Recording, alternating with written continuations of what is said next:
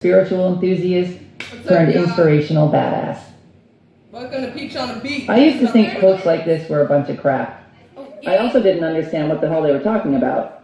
I mean, not that I cared. I was too cool. What little I knew about the spiritual/self-help world, I found to be unforgivably cheesy.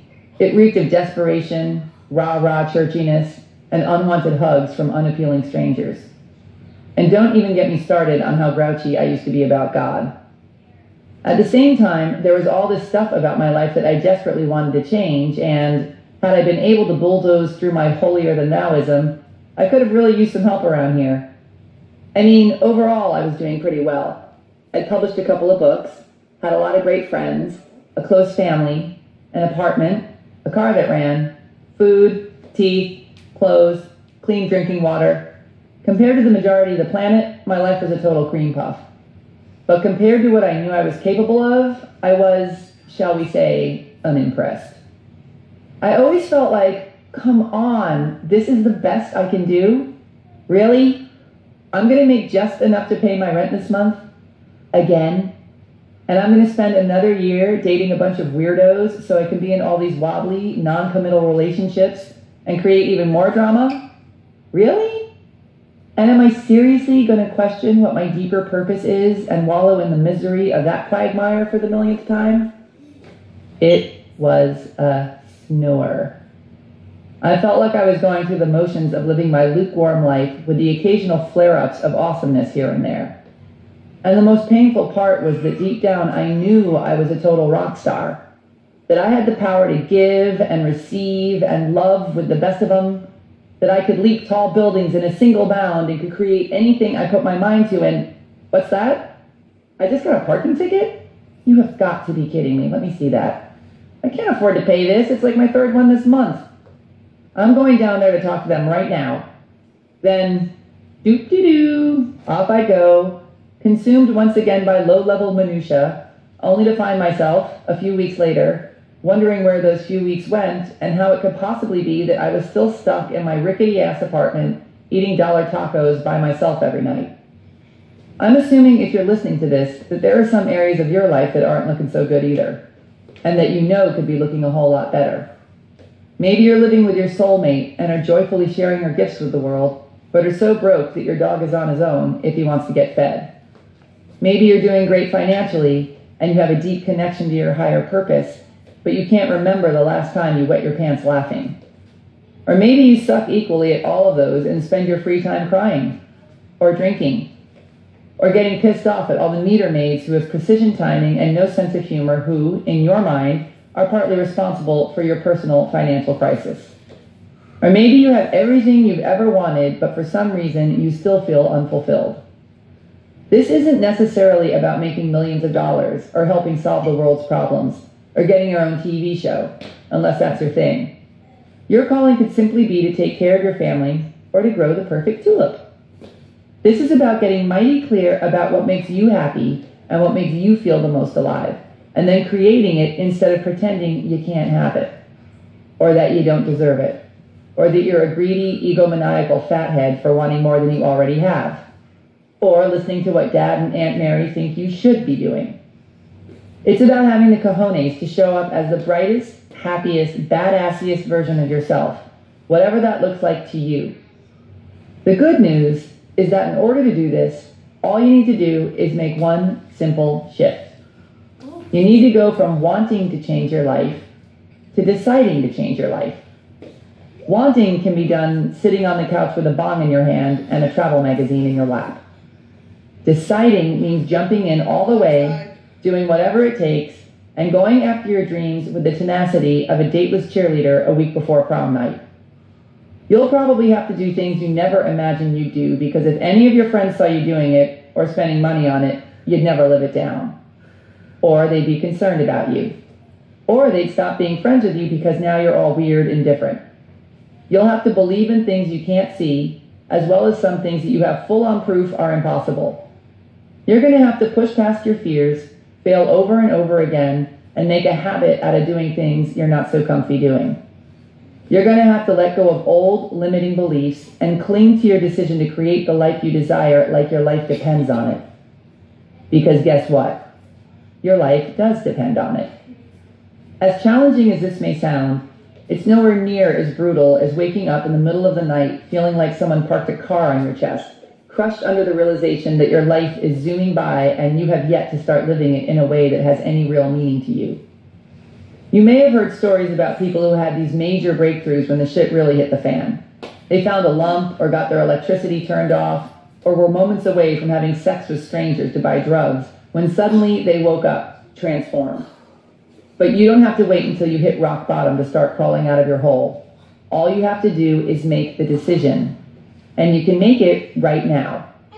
There's a great line from the poet Anais Nin that reads, "And the day came when the risk to remain tight in a bud was more painful than the risk it took to blossom." This is how it was for me, and how I think it is for most people. My journey was a process, and still is, that started with my decision to make some serious changes, regardless of what I had to do to make them. None of the things I'd already tried were working. Mulling it over and over with my equally broke friends and my therapist, working my ass off, going out for a beer and hoping it would take care of itself. I was at the point where I would try anything to get my act together. And lordy, lord, lord, lord, it's like the universe was testing me to see just how serious I was. I went to motivational seminars where they made me wear a name tag and high-five the person next to me while shouting, "You're awesome and so am I." I beat a pillow with a baseball bat and shrieked like I was on fire. I bonded with my spirit guide, participated in a group ceremony where I married myself, wrote a love letter to my uterus, read every self-help book under the sun, and spent blood-curdling amounts of money I did not have hiring private coaches. Basically, I took one for the team. If you're new to the self-help world, I'm hoping this book will ease you into some of the basic concepts that totally changed my life so you can have a breakthrough too, without making you want to run off screaming in the process. If you've already dipped your toe in the self-help pond, I hope it'll say something in a new way that turns a light on so you can make some major shifts, create some tangible results, and someday wake up crying tears of giddy disbelief that you get to be you. And if I can save one person from ever having to take their inner child on a play date, I have done my job. My main focus when I started working on myself was how to make money. I had no idea how to make it on a consistent basis, and was totally weirded out by admitting that I even wanted to in the first place. I was a writer and a musician. I felt it was sufficient, and quite noble, thank you very much, to focus on my art and let the money part work itself out. That went real well. But I saw so many people doing such sleazy and heartbreaking things to make money, not to mention those people who were working jobs that were death of 1,000 wounds boring, that I wanted no part of it. Add to that my slew of other crippling beliefs about the unholy dollar, and it's a wonder I wasn't eating out of a dumpster. I finally realized that I needed not only to focus on making money, but that I also needed to get over my fear and loathing of it if I wanted to start pulling it in. This is when the self-help books started infiltrating my house, and the name tags assumed their mandatory and humiliating post above my left boob. Eventually, I took my credit card debts to unthinkable heights by forking over more money than I'd paid for all my janky cars put together and hired my first coach. Within the first 6 months, I tripled my income with an online business that I created around coaching writers. And now I've grown it to a place where it affords me the means and the luxury to travel the world freely, while I write, speak, play music, and coach people in all areas of their lives, using many of the concepts I used to so enjoy rolling my eyes at and with which I am now obsessed. In an attempt to get you where you want to go too, I'm going to ask you to roll with some pretty out there things throughout this book, and I want to encourage you to have an open mind. No, on second thought, I want to yell in your face about it. Stay open or else you are screwed. I mean it. This is really important. You've gotten to where you are right now by doing whatever it is you're doing. So if you're less than impressed with your current situation, you clearly need to change things up. If you want to live a life you've never lived, you have to do things you've never done. I don't care how big a loser you may or may not perceive yourself to be right now. The fact that you have the luxury of time to listen to this book and the money to buy it puts you way ahead of the game. This isn't something to feel guilty or whiny or superior about, but it is something to appreciate And should you make the decision to really go for it, know that you are extremely well poised to knock it out of the park and share your awesomeness with the world. Because that's really what this is all about. We need smart people with huge hearts and creative minds to manifest all the wealth, resources, and support they need to make their difference in the world. We need people to feel happy and fulfilled and loved, so they don't take their shit out on themselves and other people and the planet and our animal friends. We need to be surrounded by people who radiate self-love and abundance, so we don't program future generations with gnarly beliefs like money is bad, and I'm not good enough, and I can't live the way I want to live. We need kick-ass people to be out of struggle and living large and on purpose so they can be an inspiration to others who want to rise up too. The first thing I'm going to ask you to do is to believe that we live in a world of limitless possibilities. I don't care if you have a lifetime of proof that you can't stop shoving food in your face, or that people are intrinsically evil, or that you couldn't keep a man if you were handcuffed to his ankles. Believe that anything is possible anyway. See what happens. What do you have to lose? If you try getting through this book and decide it's a bunch of crap, you can go back to your sucky life. But maybe, if you put your disbelief aside, roll up your sleeves, take some risks, and totally go for it, you'll wake up one day and realize you're living the kind of life you used to be jealous of. Yes. Part 1. How you got this way. Chapter 1. My subconscious made me do it. You are a victim of the rules you live by. Jenny Holzer. Artist, thinker, flirter of brilliance. Many years ago, I was in a terrible bowling accident. My friends and I were at the tail end of a heated tiebreaker, and I was so focused on making a great show of my final shot, leaping into action, loudly declaring my impending victory, dancing and twirling my way through my approach, that I didn't realize where my feet were when I let go of the ball. This was the moment I was to learn how serious the bowling community is about penalizing those who roll with one toe over the line. They pour oil or wax or lube or something unimaginably slippery all over the alley, and should someone accidentally slide out of bounds while attempting the perfect hook shot, she will find her feet flying out from under her and her ass crashing down onto a surface that even an airborne bowling ball can't crack. A few weeks later, whilst lolling about in bed with this guy I met at Macy's, I explained that ever since my accident, I'm now woken up in the middle of the night with excruciating pain in my feet. According to my acupuncturist, this is from the nerves in my back getting slammed when I fell, and in order to sleep through the night, I need a new, firmer mattress. I have pains in my feet when I sleep too, he said, raising himself up for an unreciprocated high five. It's not just because I'm not into the whole high five thing that I left him hanging, but also because I was annoyed with him. I already find mattress shopping to be totally bizarre and embarrassing. Lying on your side with a pillow between your thighs for all to see like it's anyone's business. But the fact that I had to do it with my salesman lying next to me, begging for a high fiver, was more than I could handle. I couldn't help but notice that all the other salesmen simply stood at the end of the bed, rattling off mattress facts while their clients tested out a myriad of positions, but not mine. He'd lower down next to me on his back, arms crossed over his chest, and thoughtfully chat away, staring at the ceiling like we were at summer camp.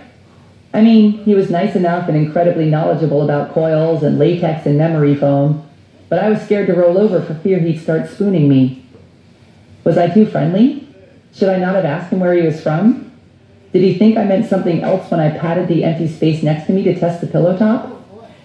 I obviously should have asked Freak Show Bob to get off the damn bed, or found someone else to help me, instead of sneaking out the door and blowing my only opportunity that week to go mattress shopping, but I didn't want to embarrass him. I didn't want to embarrass him.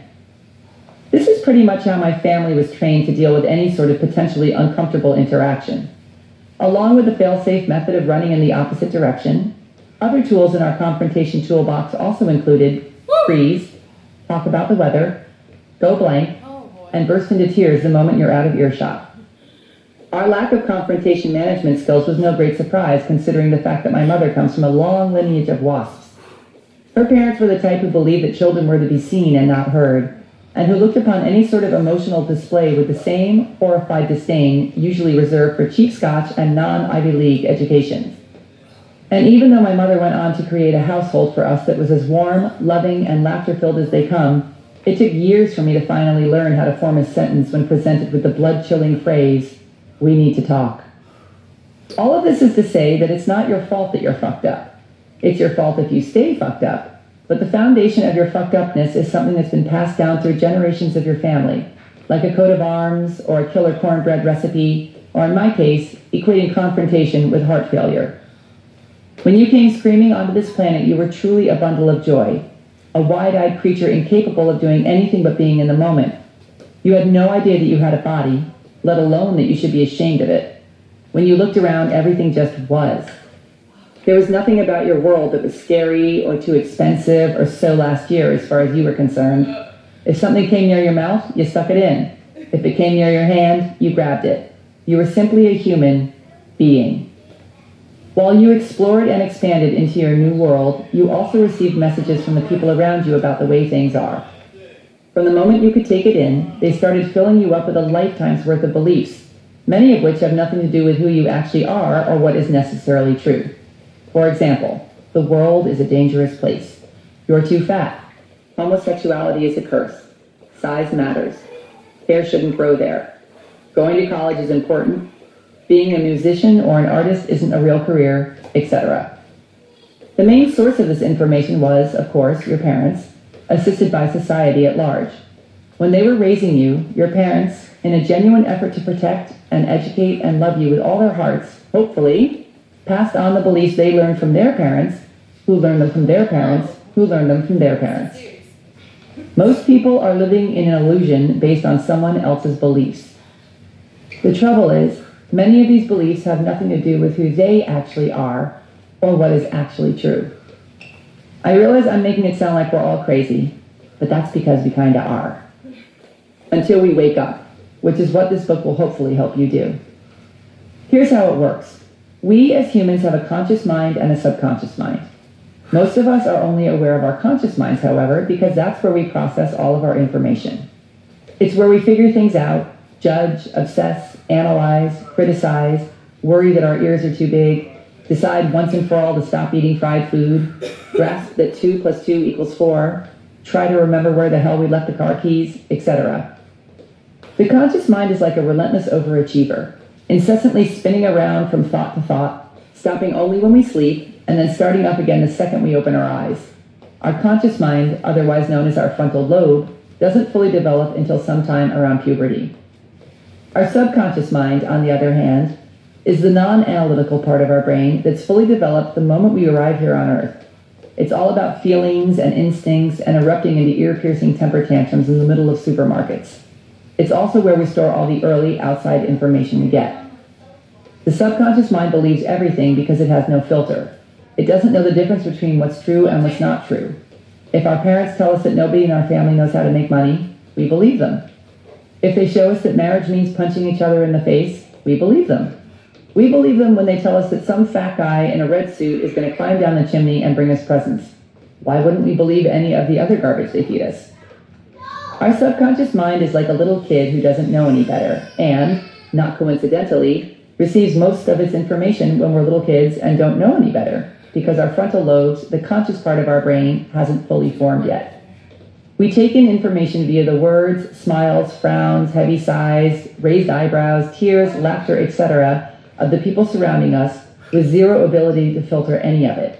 And it all gets lodged in our squishy little subconscious minds as the truth, otherwise known as our beliefs, where it lives, undisturbed and unanalyzed, until we're on the therapy couch decades later or checking ourselves into rehab again. I can pretty much guarantee that every time you tearfully ask yourself the question, what the fuck is my problem?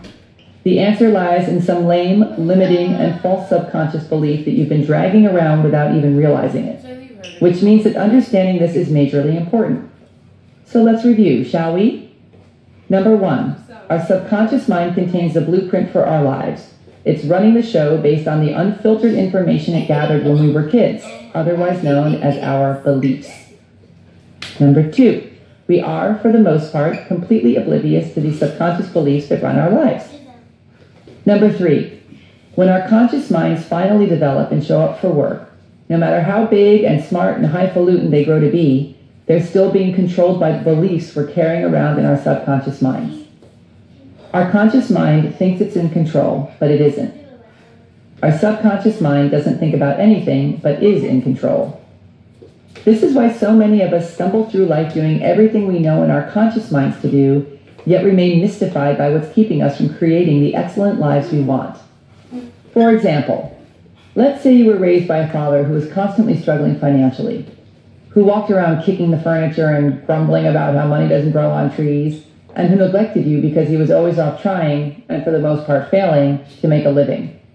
Your subconscious took this in at face value and might have developed beliefs such as, money equals struggle. Money is unavailable.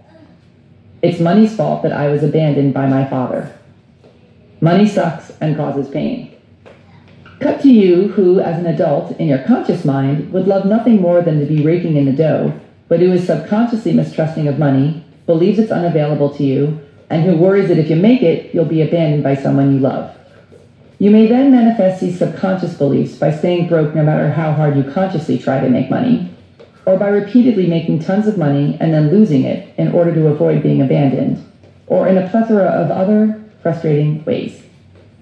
No matter what you say you want, if you've got an underlying subconscious belief that it's going to cause you pain or isn't available to you, you either A, won't let yourself have it, or B, you will let yourself have it, but you'll be real fucked up about it, and then you'll go off and lose it anyway. We don't realize that by eating that fourth donut, or by ignoring our intuition and marrying that guy who's an awful lot like our low-down cheating daddy, that we're being driven by our subconscious minds, not our conscious minds. And that when our subconscious beliefs are out of alignment with the things and experiences we want in our conscious minds and hearts, it creates confusing conflicts between what we're trying to create and what we're actually creating. It's like we're driving with one foot on the gas and one foot on the brake. Obviously, we all have awesome subconscious beliefs as well, but we're not talking about those right now. Here are some other scenarios that may or may not ring a bell. Conscious mind. I long to find and marry my soulmate. Subconscious mind. Intimacy leads to pain and suffering. Finger. Ringless. Conscious mind. I want to lose 25 pounds. Subconscious mind. People aren't safe. I must build a shield to protect myself. Body. A fortress of flab. Conscious mind. I'm hot and sexy and want to get it on. Subconscious mind. Physical pleasure is shameful. Sex life. Yawn. Conscious mind. I want to travel the world. Yes! Subconscious mind. Fun equals irresponsible equals I won't be loved. Passport. Blank. It's sort of like not being able to enjoy sitting on your front porch anymore because it totally reeks of something foul out there. You can come up with all these brilliant ways to deal with the problem. Light incense, set up fans, blame it on the dog. But until you realize that something has crawled under your house and died, your problems will linger on, stinking up your life. The first key to ridding yourself of limiting subconscious beliefs is to become aware of them. Because until you're aware of what's really going on, you'll keep working with your conscious mind, think you need to paint the porch, to solve a problem that's buried far beneath it, dead skunk removal, in your subconscious, which is an exercise in futility. Take a minute to look at some of the less than impressive areas of your life and think about the underlying beliefs that could have created them. Let's take the old crowd pleaser, lack of money, for example. Are you making far less money than you know you're capable of earning? Have you reached a certain income level that no matter what you do, you can't seem to go above? Does generating an abundance of money consistently seem like something you're not even physically capable of? If so, write down the first 5 things that come to your mind when you think about money. Is your list full of hope and bravado, or fear and loathing? What are your parents' beliefs about money? What are the beliefs of the other people you grew up around? What was their relationship with money like? Do you see any connection between their money beliefs and yours? Later on in this book, I'm going to give you tools to go much deeper with your subconscious beliefs and fix whatever's blocking you from living the kind of life you'd love to live. But for now, practice stepping aside, notice what's happening in the dysfunctional areas of your life, and strengthen your almighty awareness muscle. Start waking up to the stories you're working with in your subconscious, such as, I'll have to do things I hate in order to make money. I'll feel trapped if I get into an intimate relationship. If I go on a diet, I'll never get to eat anything fun again. If I enjoy sex, I'll burn in hell with the rest of the dirty sinners, etc. Because once you see what's really going on, you can start to drag out the stinky carcasses of your limiting subconscious beliefs and give them the heave-ho. thereby opening up the space to invite the fresh, new, awesome beliefs and experiences that you'd love to have into your life. Chapter 2, the G word. If you want to find the secrets of the universe, think in terms of energy, frequency, and vibration. Nikola Tesla, inventor, physicist, super genius. When I lived in Albuquerque, New Mexico, my friends and I used to hang out at this Western bar called Midnight Rodeo. It was the kind of place that had curling irons and hairspray in the women's bathroom, Bud Light on permanent special for $2 a can, and a solid oak dance floor the size of a cornfield. We were all from New York and were way too cool for country music. So at first we'd just go to snootily make fun of it all, taking great pride in being the first to spot a particularly gigantic belt buckle, or a cowboy sporting one of them handlebar mustaches big enough to cover 5 upper lips. But our favorite part was the line dancing. We'd stare mesmerized by the giant choreographed mass of Garth Brooks fans, stomping around in synchronized woo-hooery with their thumbs purposefully tucked into the front pockets of their jeans. It was so hilarious that we started joining in ourselves, waving from the middle of the sea of cowboy hats to our friends, "Watch this!" Then, we'd stay on the dance floor for the next song just to try and get that part down where you click your heels right before the spin. Then we found ourselves sneaking off every weekend to merrily line dance our little achy breaky hearts out. This is sort of the same way the God thing happened for me. It started out with much snarkiness and eye rolling, but I was so broke and clueless and sick of being such a weenie about really going for it in my life that I was open for suggestions. Which is why, when I started reading books on finding your calling and making money and getting over yourself already, and they all had this spiritual side to them, I didn't toss them in the goodwill pile with my usual, "this God spirituality crap is for suckers" attitude. Instead, I decided to give good old God a chance, because I had nothing to lose, literally.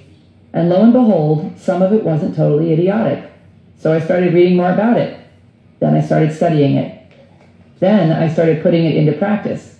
Then I noticed how much better it made me feel. Then I started believing it. Then I noticed all these awesome shifts starting to happen in my life. Then I became obsessed with it. Then I started loving it. Then I started radically changing my life with it. Then I started teaching it. Now I'm basically writing the mechanical bull about it, punching my fist in the air and yelling to the guy manning the controls, "Hit it, Wayne!" Wherever you happen to stand on the God issue, let me just say that this whole improving your life thing is going to be a hell of a lot easier if you have an open mind about it. Call it whatever you want. God, Goddess, the big guy, the universe, source energy, the grand poobah, gut, intuition, the force, the zone, the vortex, the mother lode. It doesn't matter. Personally, I find the God word to be a tad too loaded. I prefer source energy, the universe, the vortex, spirit, the mother lode, all of which I will be using interchangeably throughout this book, by the way. Whatever you choose to call it isn't important. What is important is that you start to develop an awareness of and a relationship with the source energy that's surrounding you and within you, which is all the same energy and which will be your best pal ever if you give it a chance. Because here's the thing. All of us are connected to this limitless power, and most of us aren't using but a fraction of it. Our energy is taking a joyride in these bodies of ours, learning, growing, and evolving along the way. One would hope anyway. I suppose numbing, shrinking, and moving back in with our parents is also an option, until our corporal journey comes to an end and we move on. Thanks for the lift! This realization that we're made up of and connected to source energy made me want to have a deeper understanding of spirituality so I could make my physical experience as awesome as possible. And let me tell you, ever since I got into it, it has been awesomeness maximus. When I'm connected with source energy and in the flow, I am so much more powerful, so much more in tune to my physical world and the world beyond, and just so much happier in general. And the more I meditate and the more attention I give to this relationship with my invisible